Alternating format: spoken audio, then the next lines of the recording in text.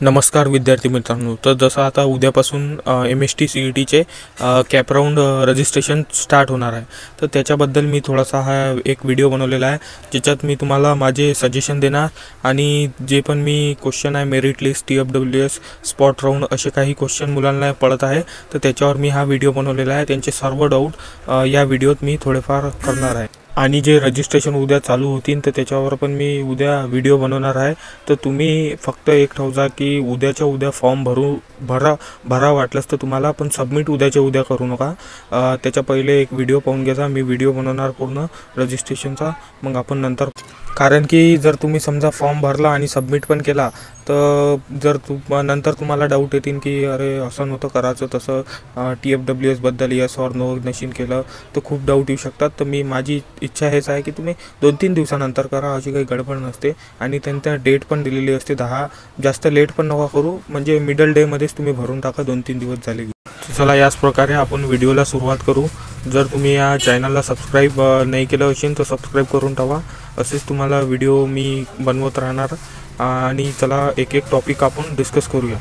जो पहिला टॉपिक आहे आपला तो आहे मेरिट लिस्ट। मेरिट लिस्ट इतर काही नाही, तुमचं फक्त ते रँक आहे जे तुम्हाला CET थ्रू मिळणार आहे। हे जे मेरिट लिस्ट आहे ते 2 सेक्शनमध्ये डिवाइड केलेले आहे।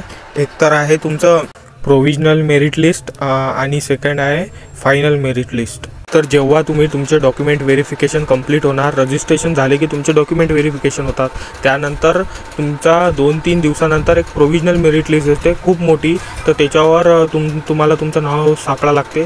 तर खूप मोठी लिस्ट येते, ते सर्व मुलांची ज्यांनी CET दिलेली आहे, JEE दिलेली आहे, त्यांचे ते रँक वाईज लिस्ट येते। तर त्याच्यात तुम्हाला जे प्रोविजनल मेरिट लिस्ट आहे त्याच्यात तुम्हाला रँक मिळतो आणि त्यानंतर त्या काही दिवसानंतर तुम्हाला काही ग्रेव्हियन्स द्यावं लागते। कोणाचे डॉक्युमेंट सबमिट नाही होत, कोणाचा प्रॉब्लेम येते व्हेरिफिकेशनमध्ये, त्यांना अजून एक चान्स दिला जातो डॉक्युमेंट व्हेरिफिकेशनचा।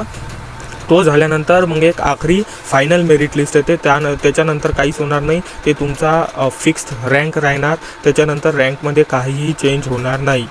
आणि जर तुम्हाला अजून डिटेलमध्ये समजून घ्यायचं आहे तर तुम्ही माझा मागील व्हिडिओ पाहू शकता, FC सेंटर ऑल डिटेल्सवाला, त्याच्यावर तुम्हाला मी सर्व माहिती आणि डेमो दिलेला आहे की कसं प्रोविजनल आणि फायनल मेरिट लिस्ट राहते। आता जर तो नेक्स्ट टॉपिक आहे आपला TFWS, तर चला पाहूया TFWS मध्ये काय। तर TFWS हे ट्युशन फी वेव्हियर स्कीम आहे, ज्याच्यात तुम्हाला स्कॉलरशिप मिळते। त्याच्यात तुमची जे ट्युशन फी आहे ते 100% माफ होऊन जाते। जर तुम्हाला म्हणजे फक्त तुम्हाला काही लायब्ररी फीज आणि डेव्हलपमेंट फीज त्याच्यावर लागणार आहे।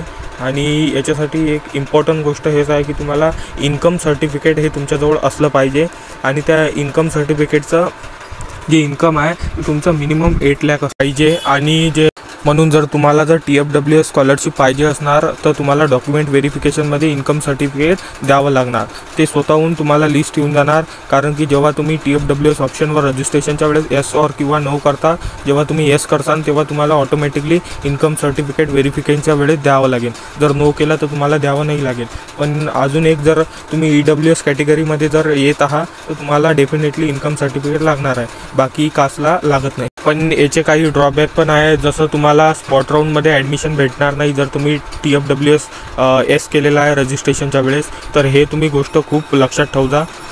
जर तुम्हाला स्पॉट राऊंडमध्ये जर ॲडमिशन, म्हणजे तुम्हाला पर्सेंटेज कमी आहे आणि तुम्हाला स्पॉट राऊंडमध्ये ॲडमिशन पाहिजे होणार, म्हणजे कॅप राऊंड 3च्या नंतर मी स्पॉट राऊंड ॲडमिशन आता सांगणार आहे पुढच्या टॉपिकमध्ये, तर जर तुम्हाला पाहिजे असणार तर तुम्ही बिलकुल TFWS करू नका। जर तुम्हाला कमी पर्सेंटेज आहे तुम्हाला स्पॉट राऊंडमध्ये भेटण्याचे चान्सेस होऊ शकतात, म्हणून तुम्ही TFWSवर जास्त ध्यान देऊ नका। हे TFWS फक्त ज्यांना पर्सेंटेज 80च्या अबव आहे किंवा 90च्या अबव आहे आणि त्यांची कंडिशन फीस भरायची नाही आहे प्रायव्हेट कॉलेजमध्ये, तर त्यांच्यासाठी हे TFWS ते लोक भरू शकतात। पण जर तुम्हाला पहिलेच पर्सेंटेज कमी आहे आणि तुमची इच्छा आहे की मला कॉलेज पण चांगलं भेटावं आणि TFWS पण भेटावं, तर नाही होऊ शकणार तुम्हाला। तर तुम्हाला मग स्पॉट राऊंडचा आखरीला 3 कॅप राऊंड झाल्यावर एक स्पॉट राऊंड येतो, त्याच्यातच तुम्हाला सहारा घ्यावा लागेल त्याचा। तर चला पुढचं आपण बघूया स्पॉट राऊंड ॲडमिशन। तर चला आपण स्पॉट राऊंड ॲडमिशन बघूया एक्झाम्पल थ्रू। जसं एक मुलगा आहे समजा, तर त्याने कॅप राऊंड 1मध्ये एक कॉलेज टाकलं, त्याला एक्झाम्पल घेऊया आपण, गव्हर्नमेंट अमरावती कॉलेज त्याला पाहिजे होतं, पण त्याला कॅप राऊंड 1मध्ये पण नाही लागलं, 2मध्ये पण नाही लागलं आणि 3मध्ये पण नाही लागलं, पण त्याला पाहिजे होतं तेच कॉलेज आणि ब्रांच पाहिजे होती, आपण एक्झाम्पल घेऊया CSIT। तर त्या कॉलेजसाठी त्यानं खूप प्रयत्न केले पण तिन्ही कॅपराऊंडमध्ये नाही लागले. पण त्याला घ्यायची होती. मग एक स्पॉट राऊंड ॲडमिशन येते ज्याच्यात की काही सीट उरलेल्या असतात कॉलेजच्या. तर ते एक नोटीस पाठवतात कॅपराऊंड 3 नंतर. त्या नोटीसप्रमाणे त्या डेटवर तुम्हाला लवकरात लवकर जाऊन तिथे ॲडमिशन आपली करावं लागते. पण त्याच्यात एक हे आहे की तुम्हाला जी फीज आहे ते म्हणजे ओपनची फीज भरावी लागेल, तुमची कॅटेगरी कोणची पण असो. पण काही प्रायव्हेट कॉलेज जे आहेत ते स्पॉट राऊंडमध्ये ॲडमिशनसाठी की नाही हे घेतात, आपलं डोनेशन घेतात. तर ते बिलकुल नाही घ्यायला पाहिजे. काही प्रायव्हेट कॉलेज तसे म्हणतात की आम्हाला डोनेशन द्यावं लागेल, पण स्पॉट राऊंड ॲडमिशन हे विदाऊट डोनेशन होते, हे तुम्ही गोष्ट लक्षात ठेवा. या प्रकारे हे होतं आपलं स्पॉट राऊंड ॲडमिशन. आणि आणखी जर तुम्हाला डाऊट असेल तर तुम्ही कमेंट करून मला विचारू शकता. आणि जे आपला जो रजिस्ट्रेशनचा व्हिडिओ आहे तसं मी आज बनवणार आहे, तर उद्यापर्यंत तो व्हिडिओ येऊन जाईल. मी प्रयत्न करेल लवकरात लवकर बनवायचा, कारण की थोडा मोठा व्हिडिओ बनवणार आहे मी. तर पाहतो मी कसा बनवायचा. आणि जर तुम्ही या चॅनलवर नवीन आहात तर व्हिडिओला लाईक आणि चॅनलला सबस्क्राईब करायचं विसरू नका. तर याच व्हिडिओला आता मी समाप्त करतो. धन्यवाद.